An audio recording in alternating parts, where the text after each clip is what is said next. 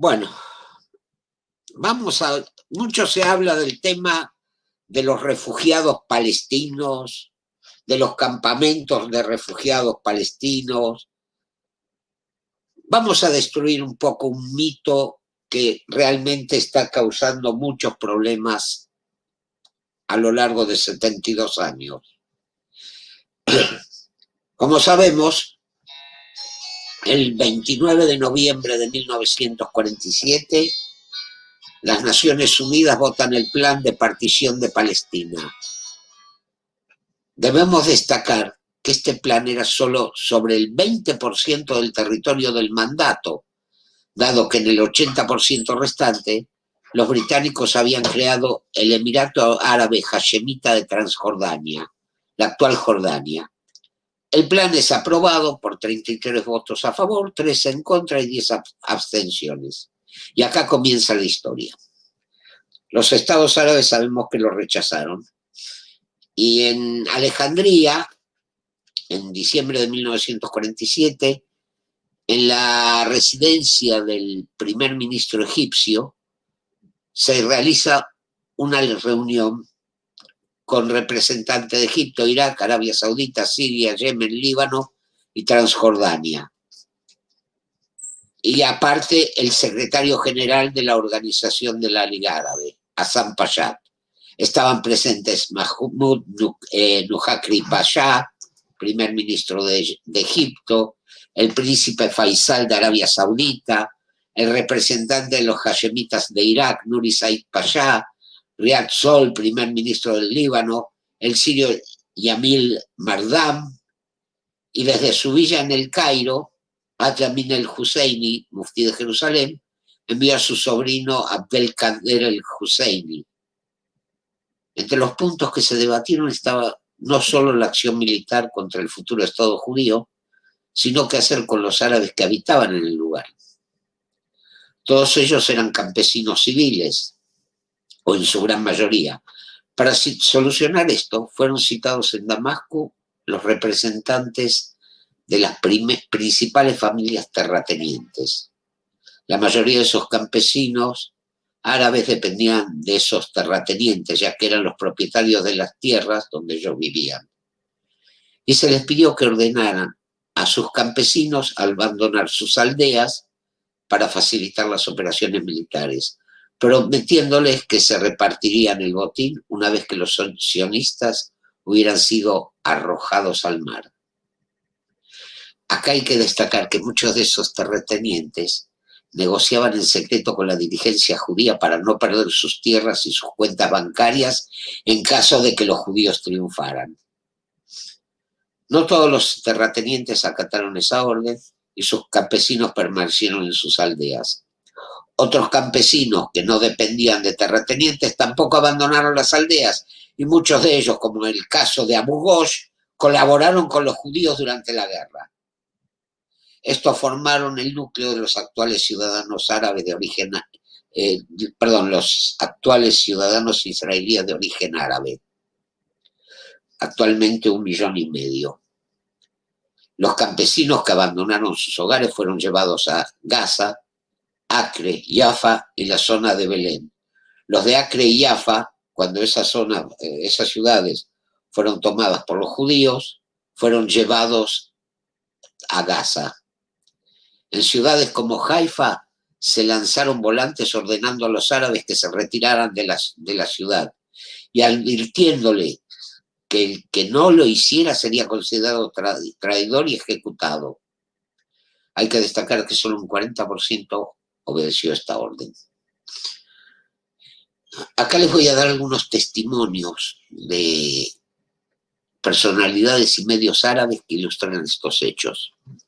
Por ejemplo, Emil Guri, secretario del Alto Comité Árabe Palestino, en una entrevista con el Beirut Telegraph el 6 de septiembre de 1948, decía: el hecho de que haya estos refugiados son directa consecuencia del actuar de los árabes al oponerse a la partición y a un Estado judío. Los estados árabes estuvieron de acuerdo con esta política unánimemente y deben compartir la solución del problema.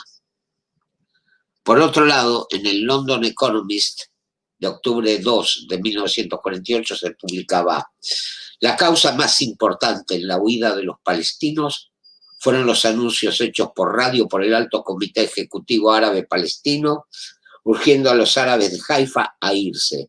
Fue claramente dado a entender que los árabes que se quedaran en Haifa y aceptaban la protección judía iban a ser considerados como renegados. Nearest Arabic Broadcasting Station de Chipre, en abril 3 de 1949.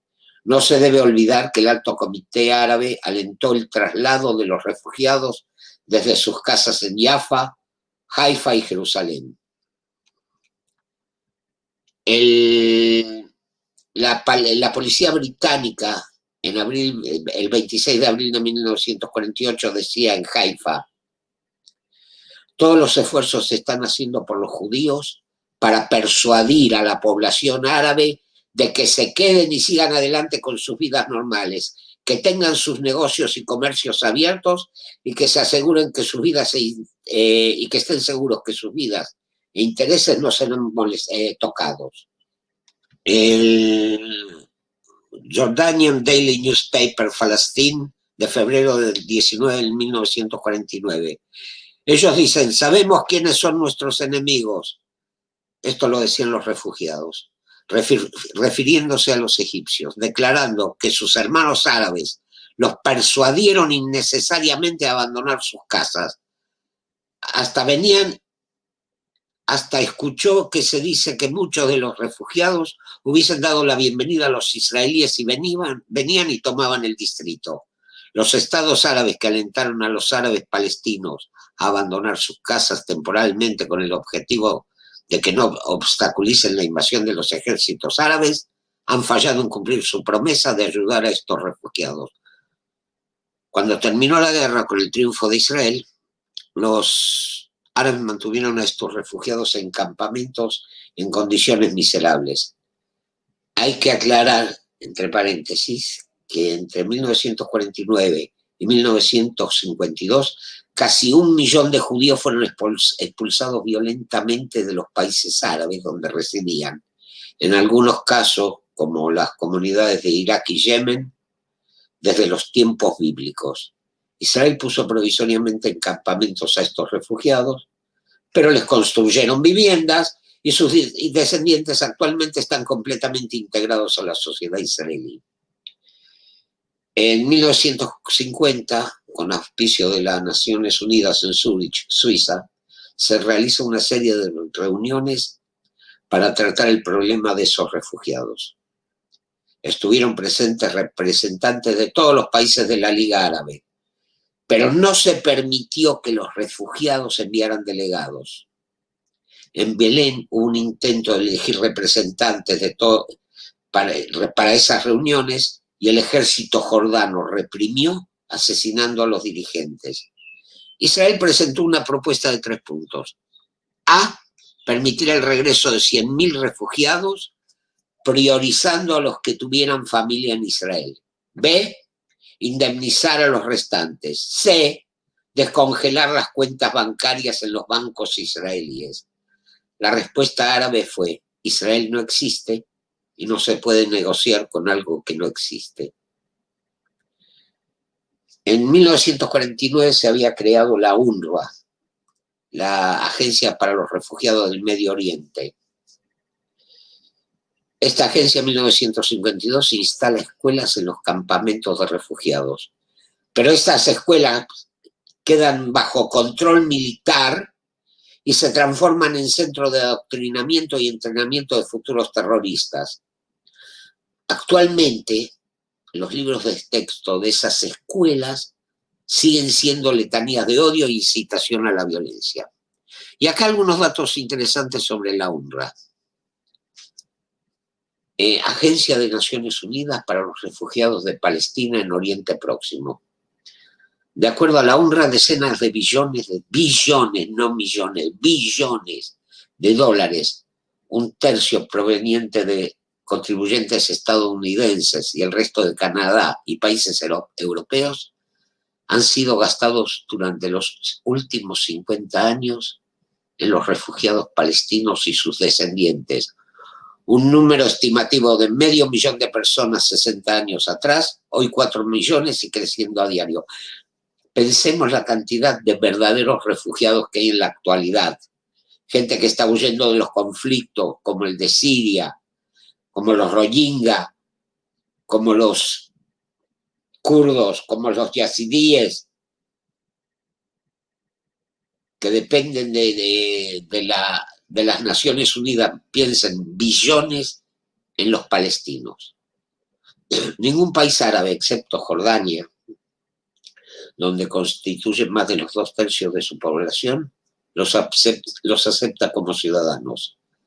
Por ejemplo, en Arabia Saudita recientemente se promulgó una ley permitiéndole a todos los trabajadores extranjeros en el país poder solicitar la ciudadanía saudí, excepto a los palestinos. Más de 400.000 refugiados palestinos viviendo en campos mantenidos por UNRWA no pueden trabajar o ir al colegio fuera de las áreas designadas. Lo mismo para Siria.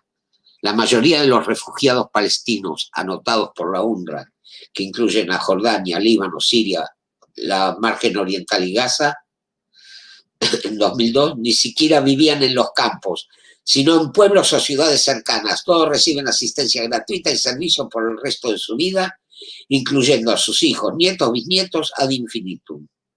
De acuerdo a las regulaciones de la UNRWA, cualquiera que solicitó asistencia, aduciendo que vivió en Palestina por lo menos durante 2 años anteriores a 1948, cuando Israel fue atacada, y afirma que perdió su propiedad, se le otorga asistencia de por vida, sin importar de dónde viene o dónde vive hoy. Una vez que uno es refugiado palestino, lo es para siempre. Eso explica por qué el número de refugiados palestinos que reciben asistencia ha crecido de algunos pocos cientos de miles a 4,5 millones, aunque nadie sepa cuáles son las cifras exactas, debido a sus irregulares registros. Esa cifra podría ser el doble en una generación, junto al presupuesto anual cercano a los 500 millones de dólares. Piensen todo este absurdo. Se supone que la UNRWA debe verificar que los que reciben asistencia no trabajan, pero nadie investiga, nadie confirma la validez de aquellos que reciben los beneficios de la UNRWA, Luego de la muerte, los certificados de los beneficiarios son pasados a otros. Nadie chequea las cuentas bancarias, registros de autos o propiedades. Con varias esposas, las familias pueden alcanzar a tener muchos hijos, todos ellos refugiados. Y de acuerdo a las regulaciones de la UNRWA, aun si uno solo de los padres es palestino, la familia entera puede ser favorecida con la asistencia y tener estatus de refugiado. La UNRWA admite abiertamente que no monitorea algunos programas que dan apoyo al terrorismo o pagos a las familias de terroristas por parte de la autoridad palestina, Hamas, Hezbollah y hasta el 2003 Saddam Hussein. De hecho, casi todos los maestros empleados por UNRWA son miembros de sindicatos controlados por organizaciones terroristas. Financiando a estos maestros y al programa de odio e intolerancia, colaboran con el terrorismo y organizaciones terroristas. Esto explica por qué muchos chicos están ansiosos de inmolarse, de llevar armas y explosivos y situarse ellos mismos como escudos para los terroristas. O sea, como vemos, la UNRWA no solo es un centro de corrupción, sino también un centro de mentira. Es más, UNRWA es responsable de lo que sucede en las áreas que administra e ignoran el hecho de que los terroristas son entrenados allí, incluyendo a la próxima generación de terroristas suicidas, que las fábricas para realizar bombas son habituales en los campos y que las armas y municiones son depositadas en escuelas de la UNRWA. La UNRWA ignora el lanzamiento de miles de cohetes contra Israel dentro del territorio bajo su responsabilidad. Y lo más indignante, la UNRWA solo debe rendirle cuentas a la Asamblea General de la ONU, dominada por los 56 miembros de la Conferencia de la Organización Islámica, que también es parte del movimiento de no alineados, de 115 miembros. O sea, una mayoría automática entre los 191 Estados miembros. La UNRWA viola su propio mandato, resolución 302, que dice, párrafo 5, medidas constructivas deben ser tomadas en una fecha temprana con el objetivo de detener la colaboración internacional para la asistencia. La UNRWA en el párrafo 7 indica solo dos responsabilidades: trabajar con los gobiernos árabes para proveerles trabajo a los refugiados y ayudar a los gobiernos árabes a finalizar, no perpetuar, la asistencia internacional. Pero la UNRWA hace todo lo contrario. Por ejemplo, sostienen el derecho al retorno de los palestinos a Israel, su demanda básica y no negociable. Alienta el rechazo de aceptar la existencia de Israel y promueve el terrorismo palestino. Refuerza la creencia palestina de su victimización, promueve una cultura de negación y autodestrucción y sabotea cualquier tipo de cambios. Y acá tenemos varios hechos simplemente absurdos. Según la definición de la ONU, primero, se considera refugiado aquel que por persecuciones políticas o raciales o a causa de un conflicto se ha visto obligado a abandonar su lugar de origen y ponerse bajo la protección de la ONU a través de la oficina ad hoc, la ACNUR, Oficina del Alto Comisionado de las Naciones Unidas para los Refugiados. En cambio, la UNRWA, creada especialmente para los refugiados palestinos, se ocupa de estos, sus hijos, nietos y bisnietos que por arte de magia obtuvieron el estatus de refugiados aunque nacieron en sus países de residencia. Dos, muchos de estos refugiados viven como tales en campamentos ubicados en territorios palestinos autónomos como la Franja de Gaza o los territorios bajo gobierno de la autoridad palestina. Tres, miles de millones de dólares de ayuda internacional se han esfumado al llegar a la UNRWA, que, oh casualidad, en los territorios de la AP y en Gaza se maneja por gente allegada a la dirigencia palestina. Y para terminar, voy a leer un pequeño artículo de un periodista árabe, basándose en el hecho de que en 100 años han muerto 11.948 palestinos en enfrentamientos con Israel. Y este periodista dice, no es ningún secreto que la mayoría de los países árabes llevan tiempo maltratando a sus hermanos palestinos, sometiéndolos a una serie de leyes y regulaciones discriminatorias y de tipo segregacionista que a menudo los privan de derechos fundamentales. En Irak, en Líbano, Jordania, Egipto y Siria, los palestinos son tratados como ciudadanos de segunda y tercera categoría, lo que ha obligado a muchos a buscar una vida mejor en Estados Unidos, Canadá, Australia y diversos países europeos. Como consecuencia de ello, actualmente numerosos palestinos se sienten rechazados en sus países de origen y en otros estados árabes. La situación de los palestinos en los países árabes empezó a deteriorarse tras la invasión iraquí de Kuwait en agosto de 1990.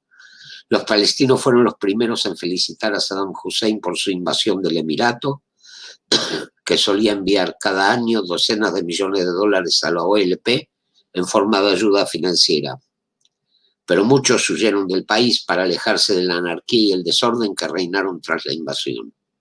Cuando el año siguiente Kuwait fue liberado por una coalición encabezada por Estados Unidos, unos 20.000 palestinos fueron expulsados del Emirato Petrolífero como represalia por haber apoyado la invasión de Saddam Hussein. Otros 150.000 palestinos habían abandonado el país antes de la guerra. Sospecharon que podía estar preparándose una nueva incursión y estaban preocupados por lo que les aguardaría una vez Kuwait fuera liberado. La mayoría de los palestinos que abandonaron Kuwait voluntariamente o que fueron expulsados se establecieron en Jordania. Los palestinos de Irak también están pagando ahora un elevado precio. Desde 2003 el número de palestinos residentes en el país ha descendido de 25.000 a 6.000. Activistas palestinos afirman que los iraquíes están llevando a cabo una campaña de limpieza étnica contra la población palestina. Los activistas sostienen que desde el colapso del régimen de Saddam Hussein, durante la última década, milicias chiitas han atacado e intimidado de manera sistemática a la población palestina, lo que ha hecho que muchos hayan huido. A su juicio, los chiitas se oponen a la presencia en su país de suníes no iraquíes, empezando por los palestinos, sobre todo en la capital Bagdad. Además, dicen que muchos suníes iraquíes que se opusieron a Saddam Hussein también han estado luchando contra los palestinos como represalia por su apoyo al dictador. Un líder de los palestinos de Irak afirmó hace unos días que los palestinos estaban afrontando crímenes sin precedentes y un número creciente de ataques. Advirtió que los palestinos de Irak están siendo atacados por diversas milicias como parte de una política sistemática para expulsarlos del país.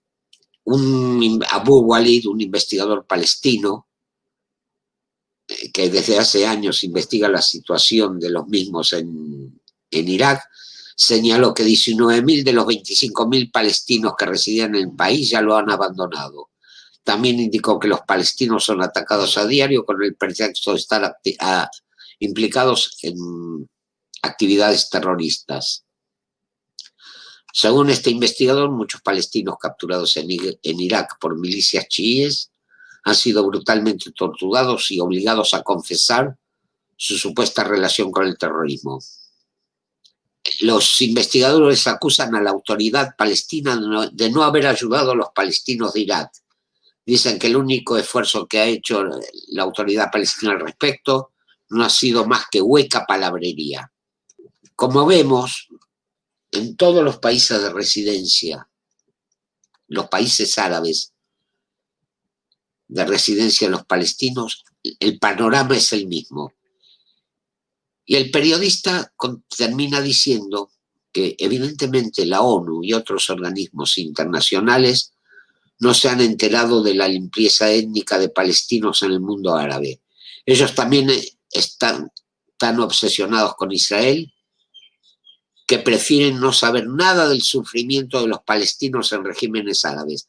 Los países árabes no solo desprecian a los palestinos, además quieren que solo sean problema de los israelíes. Por eso, desde 1948, los gobiernos árabes se han negado a permitirles a los palestinos que se establezcan de manera permanente en sus países y se conviertan en ciudadanos de pleno derecho. Ahora, esos países no solo les están negando sus derechos fundamentales, además los están torturando y matando y sometiéndolos a una limpieza étnica. Y todo ello sucede mientras los líderes y gobiernos de todo el mundo siguen haciendo la vista gorda y señalando a Israel. Como dije al principio, el mundo se ha visto engañado por un gran mito, el de los refugiados palestinos. El mundo no mira a los refugiados judíos de los países árabes. ¿Por qué? Porque esos refugiados, en vez de quedar confinados en campamentos y llorar su infortunio por la tierra perdida, han sido absorbidos dentro de la sociedad israelí. Son ciudadanos israelíes orgullosos con derechos plenos y no añoran sus viejas tierras porque viven en su nueva tierra. En cambio, a los palestinos, a los refugiados, desde 1948 se les ha metido en la cabeza la idea de que van a retornar a sus casas que abandonaron en Lot, en Ramle, en Haifa, en Akko. Y no solo eso, sino que les han envenenado la mente a generaciones enteras proclamando que van a recuperar una tierra que nunca van a tener. Y mientras tanto son utilizados como carne de cañón y como herramienta política por los estados árabes. Pero va a llegar un día en que esa historia se les va a caer Y entonces van a tener que enfrentarse con la realidad. La realidad es que nunca van a ser asimilados por sus hermanos y van a tener que decidirse a construir un Estado propio junto a y no en lugar de Israel.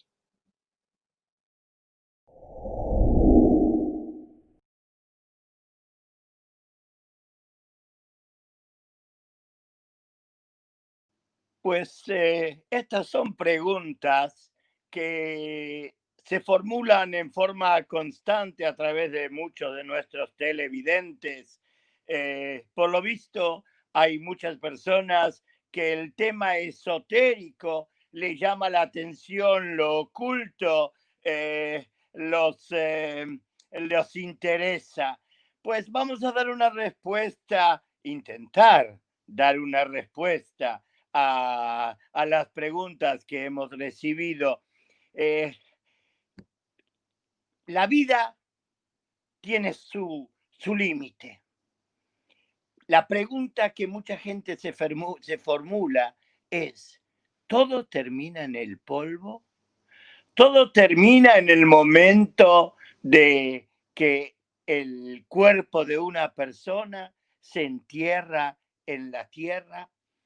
Y a lo largo de los siglos, la respuesta de las personas es no, hay algo más. Ese alma que tenemos dentro de nosotros, ese alma, algo tiene que suceder con él, esa energía que nosotros mostramos en nuestra vida cotidiana a lo largo de los eventuales 120 años que nos toca vivir, tiene que ir a algún sentido, tiene que transformarse en algo. Y de allí es que se gestó en la concepción de muchas religiones, también en el judaísmo, la idea de que hay algo del más allá, hay vida después de la vida y no todo termina en el polvo. El mundo por venir es la dimensión de la recompensa. Es como dije, la vida después de la vida, donde los justos reciben la recompensa por su buen comportamiento y los malvados el castigo por sus actos de maldad. Pues el tema este del bien y del mal, del justo que hace el bien y le va mal, y como aquel libro, ¿por qué las cosas malas le pasan a la gente buena? Pues ese es un interrogante, un cuestionamiento enorme que los seres humanos nos formulamos y buscamos alguna respuesta. Y el tema de un mundo por venir, está allí la respuesta, donde va a haber una recompensa por lo bueno y va a haber también algo que retribuya por lo malo que hemos hecho sobre la faz de la tierra en nuestra relación con nuestro prójimo. En este mundo, en el mundo en el cual nos toca vivir, en este nuestro universo, el mundo de los humanos, no hay una recompensa completa. El Talmud dice, Shar, que no hay Sahar, no hay recompensa, alma leica, no existe una recompensa en este mundo. Y en el Olama va, en el mundo por venir, se cumple el principio celestial de la justicia divina. Porque, queridos amigos, hay justicia y hay justicia divina. Y aquel que no la ve con sus propios ojos aquí en este mundo, la recibirá en el mundo por venir. Este mundo se llama alma de Shikra, el mundo de la mentira, ya que la verdad no se puede vislumbrar en todo su esplendor, no se puede vislumbrar con claridad. Y el mundo por venir, se llama Olam Haemet, el mundo de la verdad. Allí, en el mundo de la verdad, allí no hay dudas, allí no hay falsedad. Maimónides, el Rambam, opina que el Olam Abba y su recompensa es para el alma y se da cuando ésta se separa del cuerpo. Rabbi Saadia Gaón, otro de los grandes filósofos del pueblo judío, dice que la recompensa es para el cuerpo y también para el alma. Y por eso nos habla de Tchiat HaMeitim, de la vuelta al mundo, de la resurrección de las personas y el retorno de las almas a los cuerpos.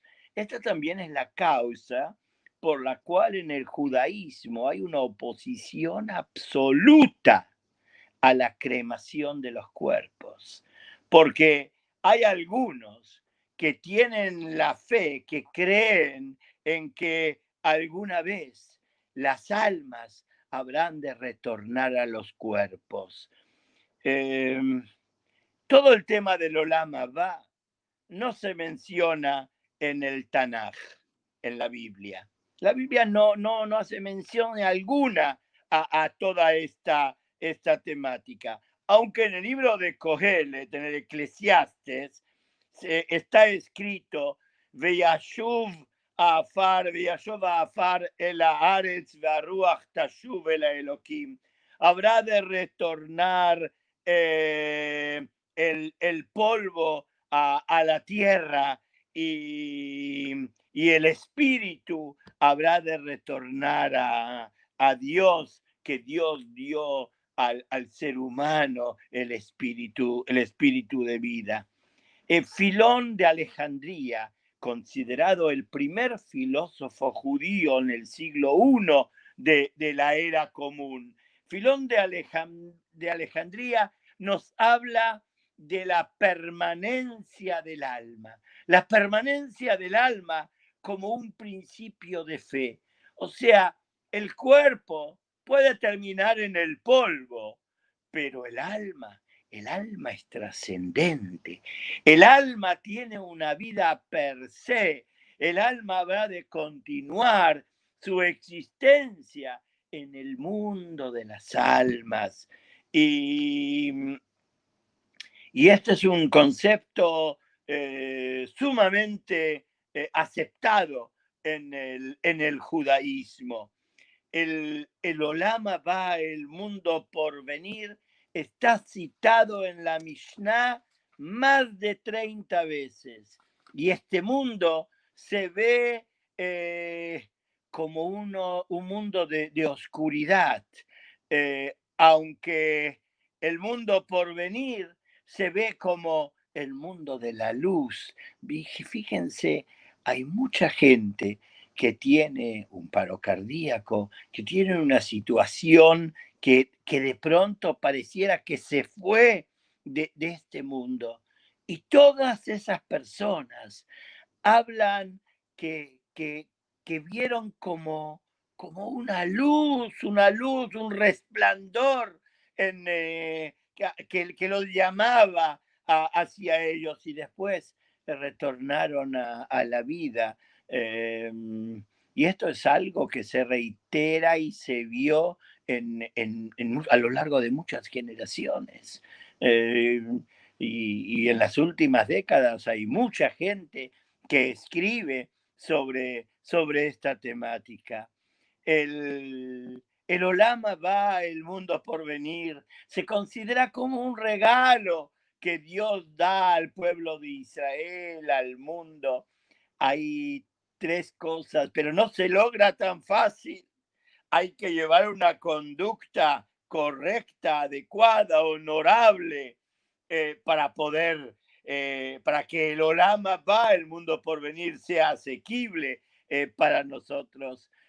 Nuestros sabios dicen que hay tres cosas que requieren un gran esfuerzo y hasta sufrimiento por parte y dolor por parte de las personas para lograrlas. Una es la Torá.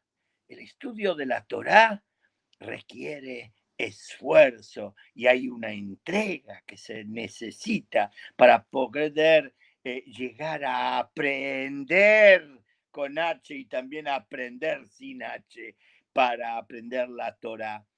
Lo otro que también requiere esfuerzo para que sea parte de nuestra vida es la tierra de Israel. Lograr vivir en la tierra de Israel de la mejor manera no es algo tan simple, no es algo que uno llega aquí y todo va en forma tranquila. Se requiere esfuerzo para también vivir en la tierra de Israel. Y el tercer punto sobre el cual dicen que la persona tiene que esforzarse y que puede llegar a tener sufrimientos para lograrlo es el Olam Abba, el mundo por venir. Otros nos preguntaron sobre el Gehinom, el infierno. Bueno, el infierno lo conocemos desde Dante, el infierno dantesco, donde las almas de los pecadores van al lugar de sufrimiento. Y paralelamente al infierno está el Gan Eden, el Eden, donde las almas de los justos allí se deleita. La Mishnah cita al Gehinom, a lo que llaman el infierno, la cita como el lugar de juicio. El lugar de juicio donde se juzga a las personas y es el lugar hacia donde van los malvados. Según el Talmud, el Gehinom tiene 7 niveles y hay una discusión entre los sabios si el infierno es algo físico y real de sufrimiento y dolor o es el lugar de castigo de las almas post-mortem después de que ya se despiden de la vida. Las cosas no están claras, las cosas no son tan simples y no podemos decir con exactitud, sí, esto es así. Son imaginaciones de las personas, a veces hasta fantasías, pero es la manera en la cual nosotros, desde nuestra perspectiva humana, desde nuestro mundo aquí sobre la faz de la tierra, más o menos pensamos cómo las cosas serían acorde a la justicia divina. Otra de las preguntas que formularon y he reunido a varias de ellas en esta corta plática es el final de los días, lo que en hebreo llamamos el Aharita Yamim, el final de los días. Son las profecías que nos hablan del final de la humanidad, acorde a las diferentes religiones. En las diferentes religiones este tema se reitera una y otra vez. Las profecías bíblicas hablan de los tiempos, de los últimos días, como tiempos del reenfoque de la existencia humana, de nuestra permanencia aquí en la tierra y el retorno al deber ser, porque hay un ser, pero hay también un deber ser, como dijo alguien, un prócer latinoamericano, dijo, serás lo que debas ser o no serás nada. Y este planteo es también un planteo real sobre el sentido de la vida del ser humano, el poder venir y reenfocar nuestros caminos en la vida y llegar nuevamente a cumplir y a andar por los senderos de Dios. Y hay un orden en el Talmud, el tema está tratado y al principio nos hablan que el anuncio de ese eventual final de los días va a ser Milhemet Gog u Magog, las guerras de Gog y de Magog, que no está exactamente definido qué significa Gog u Magog. Pareciera que Magog es un lugar y Gog es el rey, pero hablan de guerras y de conflictos y de una gran coalición de pueblos que luchan contra el pueblo de Israel.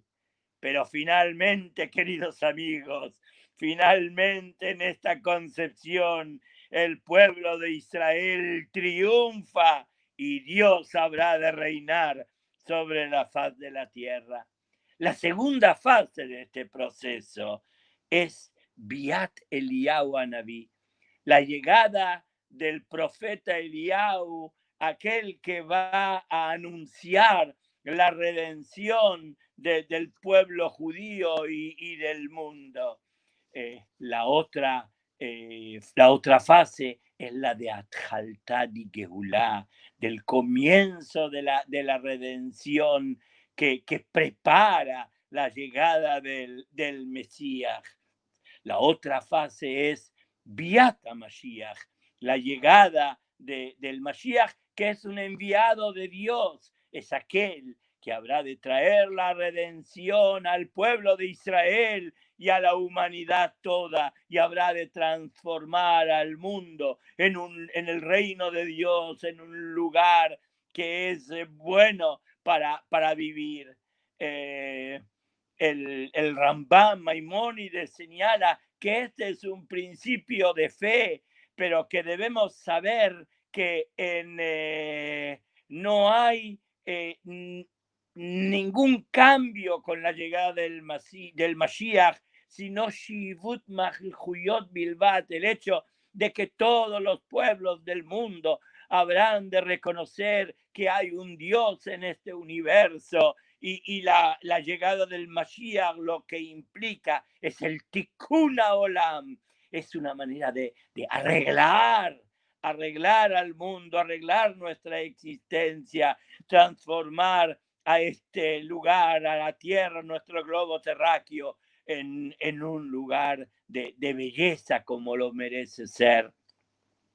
La parte siguiente a Biat Mashiach, la otra fase, la quinta fase sería la reconstrucción del tercer Beit HaMikdash, del tercer sagrado templo de Jerusalén, tal como lo anunció el profeta Yehezkel. Y una quizás última fase, quizás una última fase en lo que puedo llegar a comprender de todas estas cosas, es el Bitul Yetzer Hara. Es la anulación de la tendencia al mal que tiene el ser humano.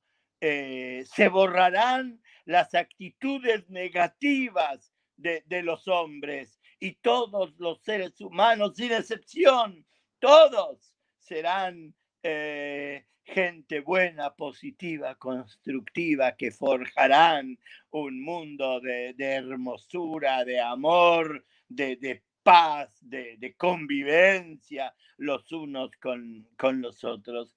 Queridos amigos, esperamos llegar algún día a este momento, a días en los cuales reine la libertad, el amor, la paz y la justicia en nuestro mundo. Y mientras tanto, bendiciones desde Jerusalén.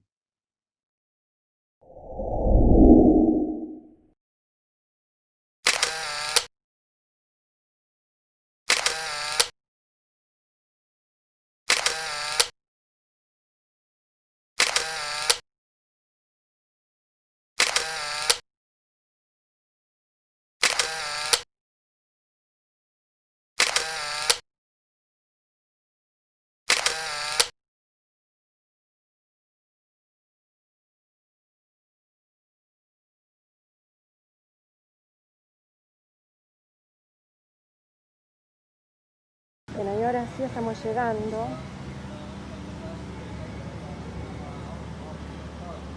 Hoy es una noche hermosísima de verano para poder disfrutar.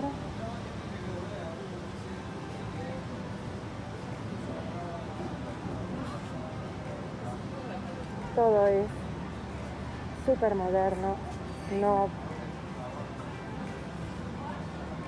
en el buen sentido de la palabra. Buena comida, mesas separadas, barcitos o restaurantes pequeños. Y ahí tenemos el escenario donde de todos los distintos restaurantes se reúnen y pueden disfrutar el show. En este momento está por tocar un guitarrista, pero bueno, verdaderamente vale la pena.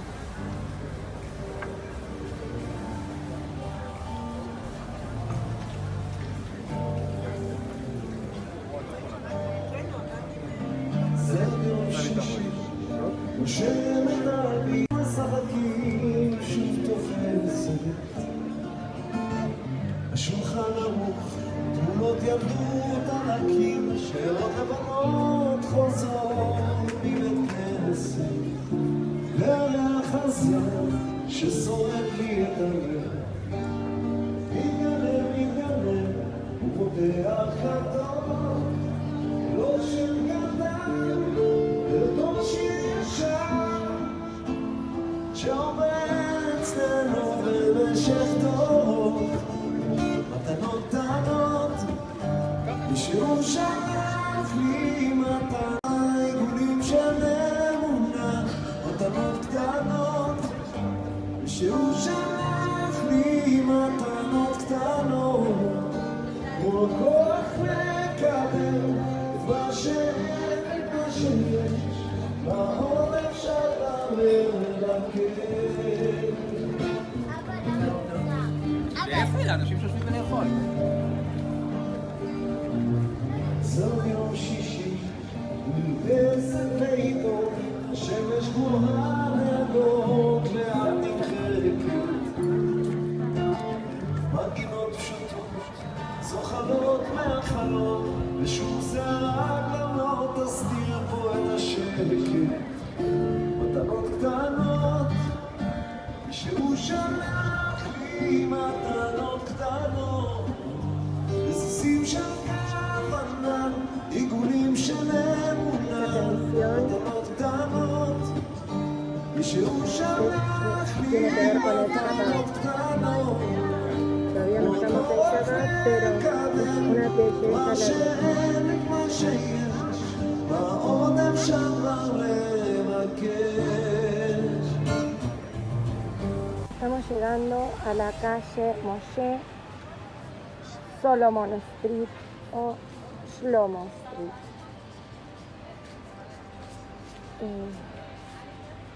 Esta zona se está convirtiendo en una zona de museos. Acá tenemos el museo que los evangélicos han hecho en apoyo a Israel. Y este otro que se está terminando, que es verdaderamente majestuoso, es el Museo de la Tolerancia del Centro Bicentenal. Realmente una maravilla. Y esta calle es una peatonal que se une a Ben Yehuda y que tiene artículos de arte. Es una calle muy divertida. Y por supuesto no pueden faltar los paraguas. Verdaderamente es una hermosa calle, con sus rinconcitos, con sus casas, con sus artesanías. Por ejemplo, voy a entrar acá en una casa, en la calle número 16. Verdaderamente es hermoso. Esto es una propiedad privada, yo estoy entrando como si fuese al hall. Acá hay estudios de abogados u oficinas. Qué pena que no se puede ver.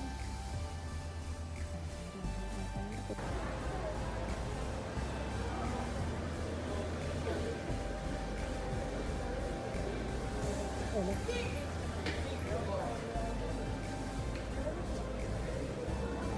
Es muy bonito caminar por acá. Verdaderamente no tiene desperdicio.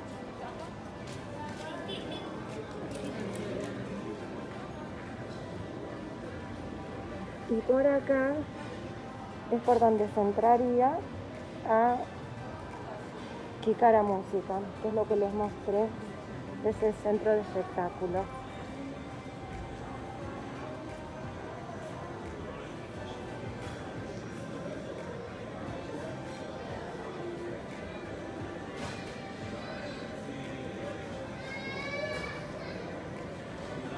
Bueno.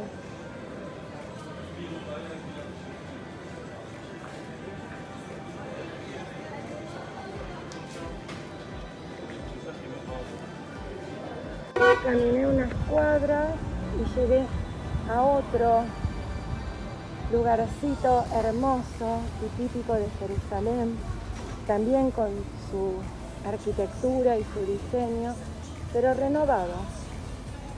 Bueno, acá a ver si se ve. Galerías de arte, restaurantes, callecitas peatonales, calles que suben, calles que bajan. Verdaderamente es una belleza y hoy es una noche inmejorable para poder disfrutar. Todavía es temprano, pero bueno, acá, y lo aconsejo verdaderamente, hay un grill bar que verdaderamente tiene carne muy rica, muy buena y el precio es bastante aceptable. Verdaderamente vale la pena, comí y me gustó. De esta plazoletita especial vamos a entrar en otra calle de la noche de Jerusalén, que también se va a ir llenando a medida que pasen las horas. Esto es temprano.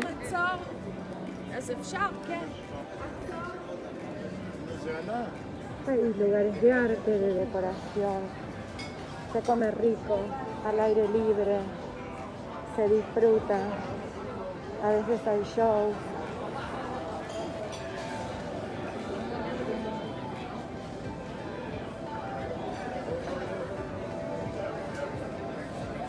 Acá nos encontramos con lo que se llama el Bituaj Leumi, que es el seguro social, bueno, para todas las residentes de Israel tienen derecho a salud, a ayuda social. Bueno, este es el lugar, una de las sedes. Bueno, como ven, acá también se puede fumar tranquila.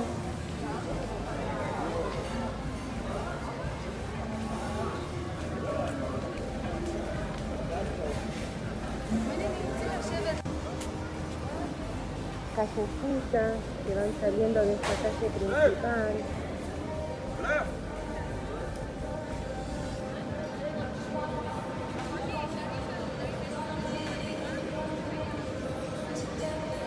Han decorado el techo libre con flores que se mueven al son del viento, rosas y blancas. Verdaderamente le da un toque hermoso.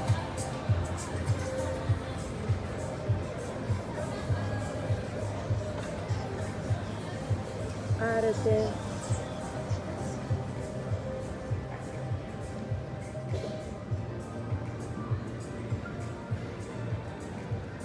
Bueno. Acá tenemos otro pequeño centrito, camino hacia Mamila. En una hermosa placita.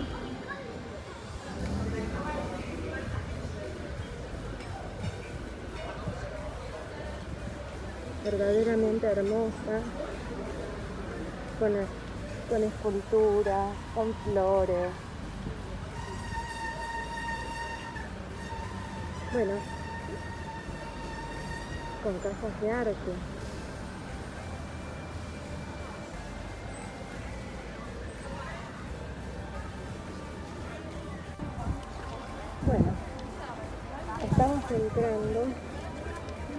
a través de Manila a llegar a Yafo, que sería la puerta de Yafo.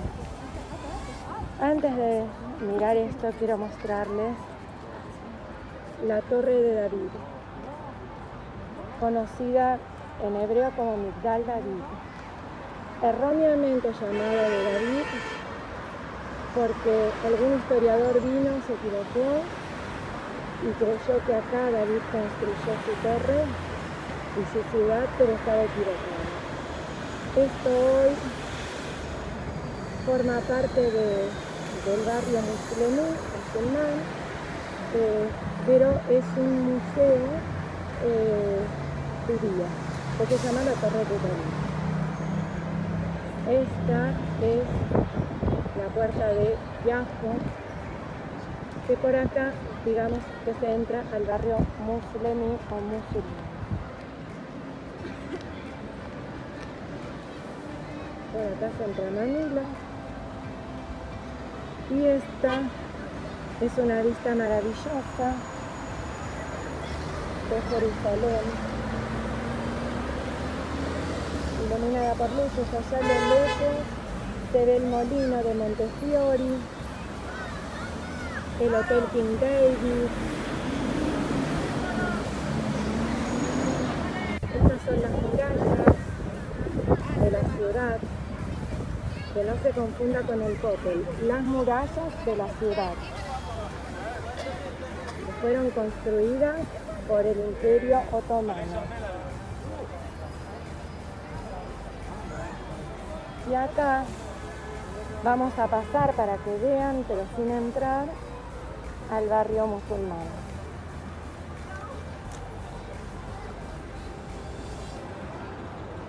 Acá estamos en pleno barrio musulmán, con sus negocios y sus tiendas, y ahí en el fondo, a lo lejos, se ve el Shuk, que pertenece al barrio islámico. Allá al final de todo, donde los autos doblan, sería, pero yo paso por acá porque quería mostrar la puerta de Yafo desde adentro.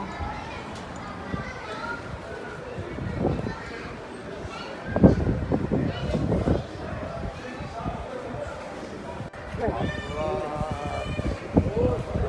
acá tenemos, esta es la puerta de Yafo, acá tenemos a la iglesia. El judío cuando entra o sale deja la mezquita y por supuesto esto.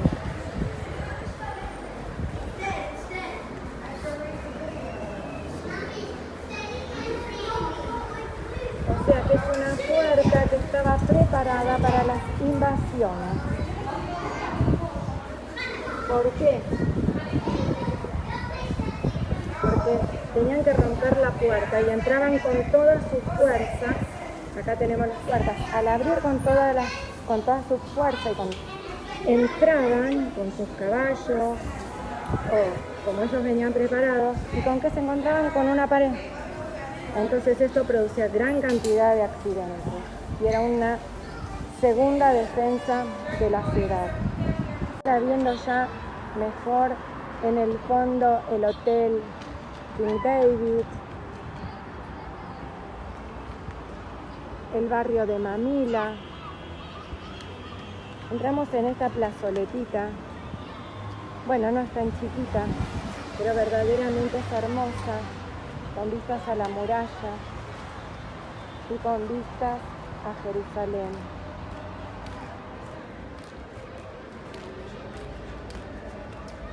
Jerusalén es muy bella de día, pero de noche, con las luces iluminando la montaña, verdaderamente es muy especial.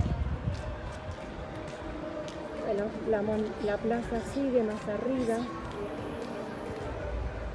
Esto que vemos acá, o lo que nos imaginamos acá, es Manila, que en un ratito conoceremos. Bueno, y acá desde esta plazoleta podemos ver un poquitito lo que es Manila. Manila es como ellos llaman, un canyon, quiere decir un shopping, como nosotros conoceríamos, pero que tiene la peculiaridad de estar abierto. Pero tiene otra peculiaridad más interesante, y creo que lo hace único, es que esta era una calle abandonada, muy cerca de la ciudad antigua, y que era una salida exacta hacia la puerta de Yafo para entrar a la ciudad antigua, o Ir Aticá como se lo conoce. Pero ¿qué pasó? Como en Israel hay algo que tienen los israelíes de que nada es imposible, decidieron sacar piedra por piedra, convertir en un shopping y volver a dar desde afuera la estructura de la calle abandonada, pero bueno, por supuesto, renovada. Para esto dejaron pruebas que más tarde les voy a mostrar, que cada piedra tiene su número. Y de ahí hicieron locales, restaurantes y hasta una galería dentro de esta calle. Bueno, espero que les haya gustado. Aquí estamos en Mamila, caminando por acá. Como se ve, el techo es el cielo. Hay negocios de muy buena calidad.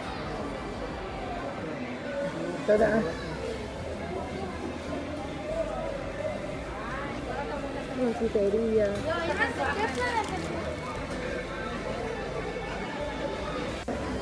Acá tenemos una especie de anfiteatro donde muchos días hay show, colas para la gente para entrar a comer en Rimón, que es un lugar que tiene una hermosa vista y una rica comida. Bueno, tenemos marcas conocidas, verdaderamente obras de arte preciosas, siempre las van cambiando. Bueno, y una vista muy hermosa. Los números se dejaron como muestra. En realidad todo se está haciendo así, pero estos quedaron para que se pueda entender cómo cada piedra tenía un número, un lugar, y cómo después de hacer la renovación para convertirla en un shopping, todo volvió al mismo lugar. Y ahí se disfruta lo nuevo en lo viejo, o lo viejo en lo nuevo. Esa mezcla que hace que toda Jerusalén sea